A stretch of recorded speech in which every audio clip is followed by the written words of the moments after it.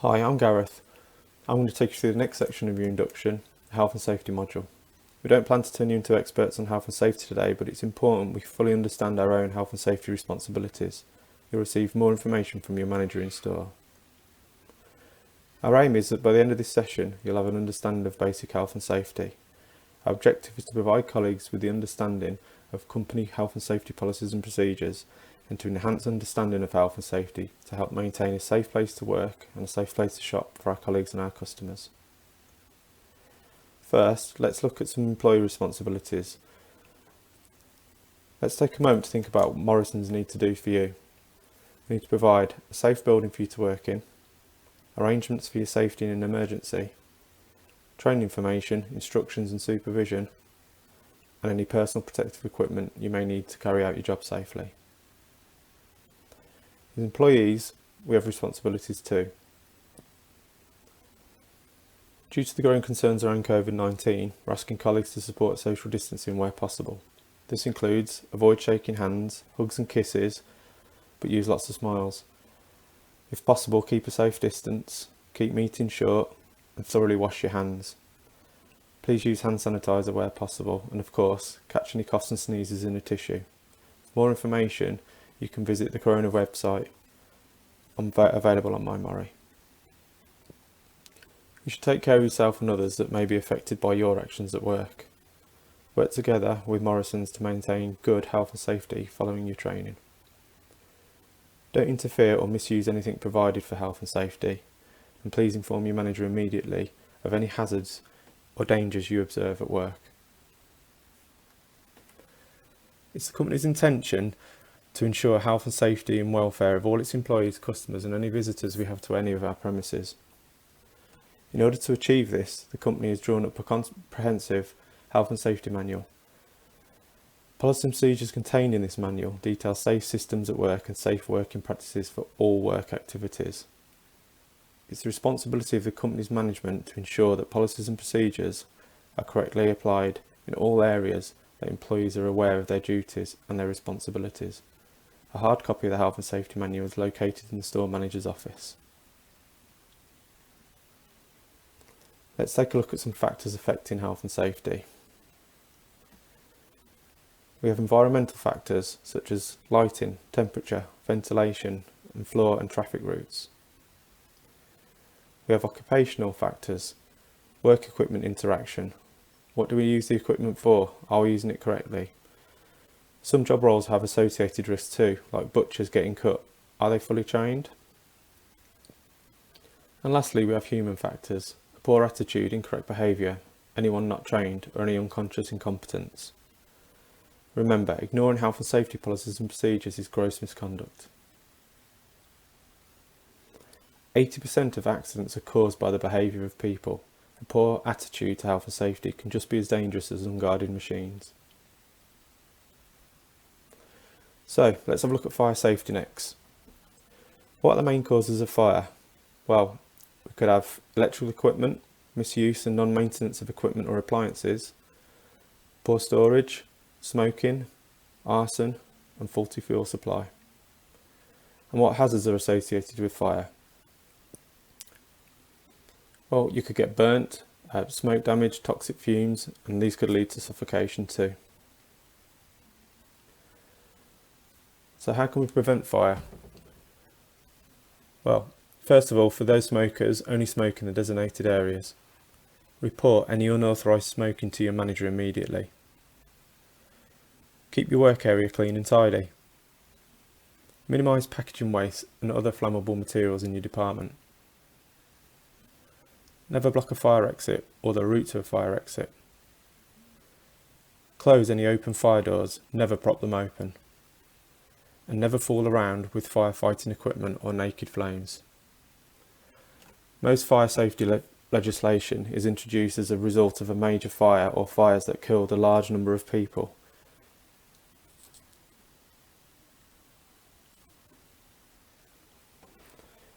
So what actions do we need to take if we discover a fire? Well, never endanger yourself or others. It's really important you don't attempt to fight the fire yourself.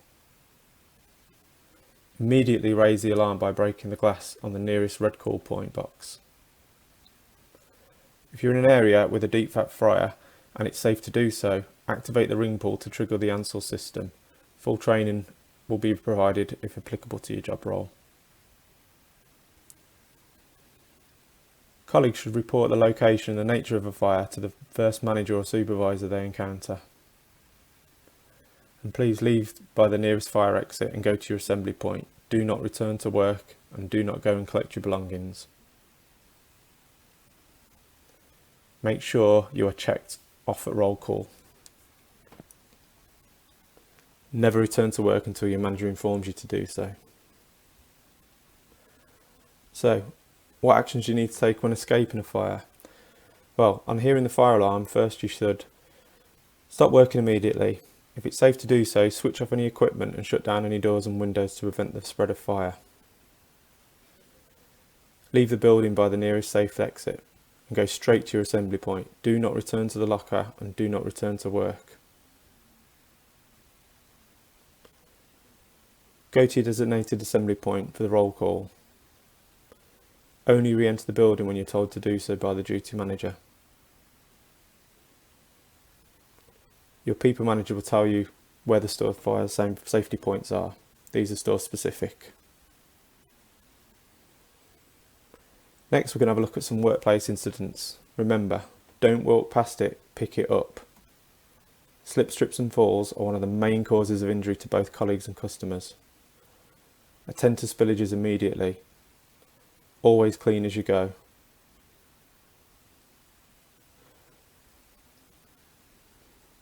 Always follow safety procedures.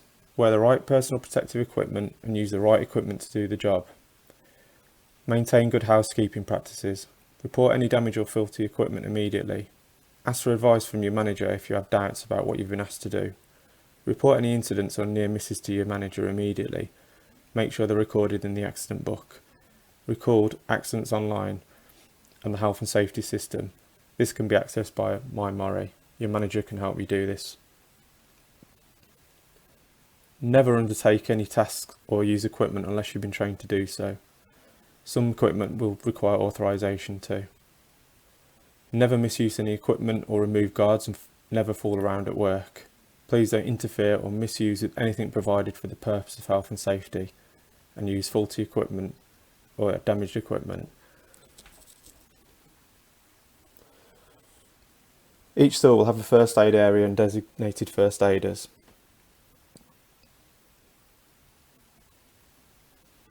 Your first aiders are named on the notice board. To contact a first aider, please do so if a colleague requires medical assistance. Inform your manager immediately if your colleague has an accident. If you cannot find a first aider, call the customer service desk or call the duty manager phone for help. Next, we're going to take a look at manual handling. Back injuries can be serious and very painful. Always use the correct handling equipment once trained. Always ask for help or assistance if required, and report any difficulties to your manager immediately. And don't forget, we lift and carry things all the time, it's not just at work, so remember to use these techniques whenever manual handling. We're all different, you should never lift anything which is beyond your own capability. Let's have a look at the techniques now. So, first of all, stand with your feet shoulder width apart and close to the object. Use your strongest legs leaning slightly forward. Keep your back straight and bend those knees at the beginning of the lift. Chin tucked in with your head forward and use those strong leg muscles, let them take all the weight. Grip the object firmly and lift smoothly with no sudden or sharp movements. So, some factors that affect health and safety here. So, stop and think first, look at the task and the load. Is the object within your capability? Check the environment around you, is it safe to do this? Position those feet, remember, shoulder width apart, and bend and relax those knees.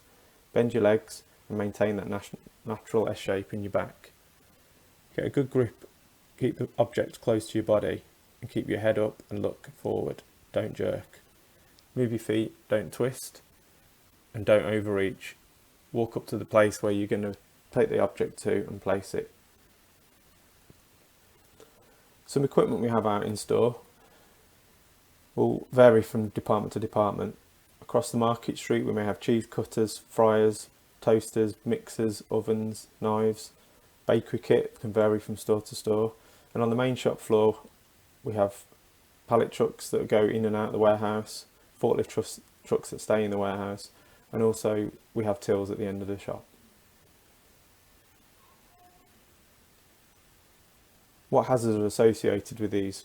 Well, first of all, we've got trapping. This can cause broken bones, cuts and bruising, and amputation in serious incidences. Watch out for entanglement. Clothes, hair, jewellery can be wound into moving parts. Contact hazards, cuts, burns. Ejection. Watch out for eye injuries. They may result from objects being thrown out of equipment.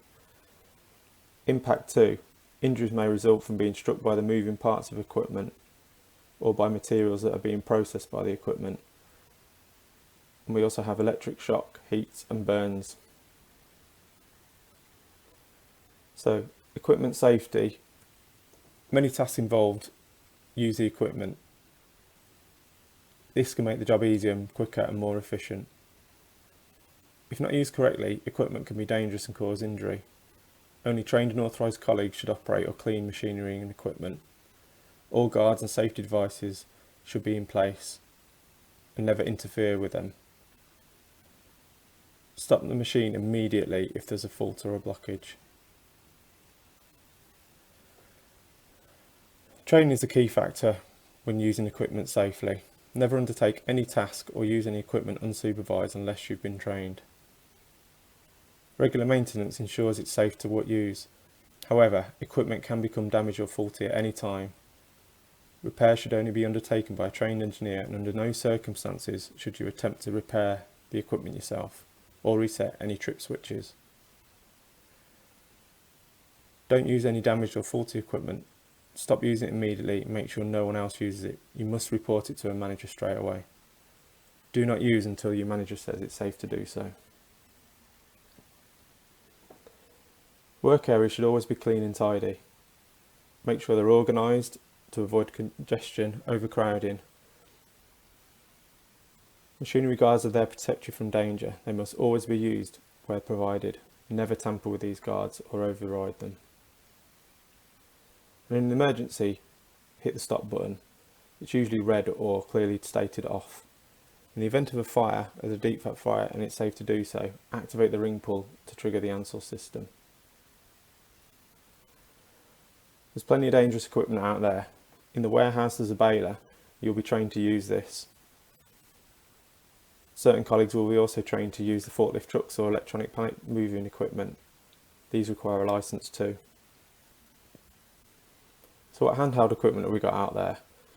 Well, many incidents involve handheld equipment such as knives, case knives and can openers. There are 3 rules when using handheld equipment. Firstly, use the right equipment for the job. Second, ensure the equipment is in good condition, never use faulty or damaged equipment, and never use equipment unless you've been trained and authorised. Always use the correct knife for the task. Hold knives with a firm grip and apply even pressure when cutting. Carry knives with the point facing down. Keep knives in good condition. They must be sharp. Damaged knives must never be used. Check the cutting blocks and tables. Make sure they're secure and smooth and kept clean and tidy. Avoid any distraction and use PPE provided. Never use a knife unless you've been trained. Never cut towards the body. Never leave knives on cutting blocks, work surfaces or where customers have access to them. Never attempt to catch a falling knife, and never leave knives in sinks or washing up water. They must be clean and stored in the racks provided. Always dispose of the old blades when using case knives or poly cutters. Check the product is in a stable platform. Make sure it's on a merchandising trolley or in your pocket out of the way. Only use authorised case knives only, never a Stanley knife. Never use unless you've been trained. Never use a damaged case knife. Never cut towards yourself, and never use a knife on packed goods such as tea, flour or drinks.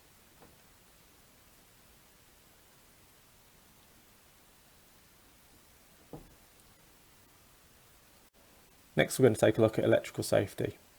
Remember, electricity can kill or seriously injure. Please treat it with respect. So never clean it without isolating it first, and never tamper with it. Never use faulty or damaged electrical equipment. You must report it to your manager.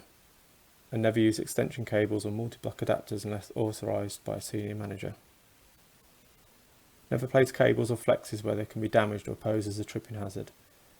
And never use wet hands to switch on lights or plug in sockets or electrical equipment. Never bring it in from home, and never use electrical equipment without an up-to-date test sticker.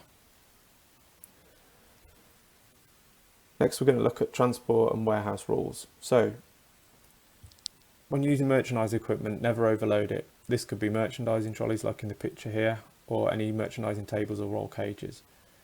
When transporting stock across the sales floor, you must give customers priority. You'll be fully trained on this equipment when you're in store. Never leave stock or merchandise in an unsafe condition. For example, do not block an aisle or obstruct a fire exit. If pushing a dolly or a roll cage, then the colleague must have a clear line of vision.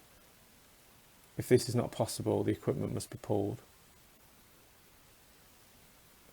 And never leave step stools on the sales floor.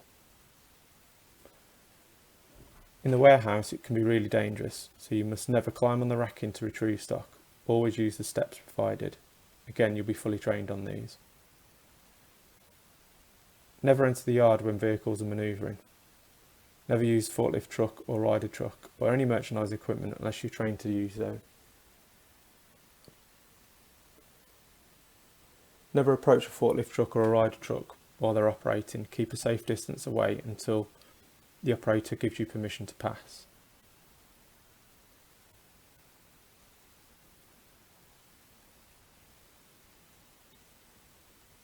Let's have a look at some personal protective equipment. So, if you're required in your role, this may include rubber gloves, oven gloves, arm protection, safety shoes, aprons, goggles, and sometimes a full face visor. The purpose is to protect your hands when cleaning, protect food and equipment, protect your arms when working in hot environments, protect your feet while working, protect your body and clothes, protect your eyes and your face. Please report any damaged PPE and always use the PPE provided for you. Return it for the next person to use and always keep it clean. The control of substances hazardous to health, or COSH, keep us protected from chemicals. The main ways in which hazardous substances can cause harm are: they can come into contact with your skin and your eyes, they can enter your body through cuts in the skin, by swallowing or from contaminated hands touching the mouth, or inhalation, breathing in. We have some rules around chemical safety. Always use chemicals in accordance with the manufacturer's instructions and the wall chart. Wash your hands after you're handling chemicals. Replace lids on containers and store them correctly, and clean up spillages immediately. Never dispense or use chemicals unless you're wearing goggles and gloves. Never use chemicals unless you've been trained or authorised to use them. Never put chemicals in containers unless they came in them, and never mix them together, and never eat, drink or smoke in areas where chemicals are used or stored. In all cases where there's a breakage or a spillage, great care must be exercised. Please use gloves and goggles and keep the area isolated until all the chemicals and substances have been cleaned away by a trained and authorised person. Safety signs are out there for us to use to prevent other people from harm. The green and safe conditions signs are directors for fire exits and first aid stations. Red and white are prohibition, do not. Blue and white are mandatory, do. Green and white are safe condition signs. These might highlight areas such as first aid. And yellow and black prevent caution and warning. Now we're going to take a look at a difficult situation. When faced with an upset or angry customer, here's some advice on how to deal with the situation. Please give them your full attention and stay calm. Adopt an open body language, smile and ask how you can help. Listen carefully to find out exactly what the problem is. Don't interrupt, contradict or argue with them. Please be friendly, be honest and avoid a defensive tone. Try and resolve the issue as quickly as you can and call a manager's support if the customer is abusive. If you feel out of depth or intimidated, you must call the manager too. If the customer is not calming down, please get advice from a manager or call a manager to support you with this. And if you don't have the authority to resolve the issue, you must call the manager again. Calmly explain to the customer that you will call a manager to help them at any time they need one, and let the manager in charge know if you suspect a customer is under the influence of alcohol and drugs. If you don't have the authority to resolve the issue, if you feel intimidated because the customer is not calming down, please always call the manager. Remember, you'll be buddied up with a colleague who supports you and ensure you're understanding the key role that you play in our mission to feed the nation. Thank you.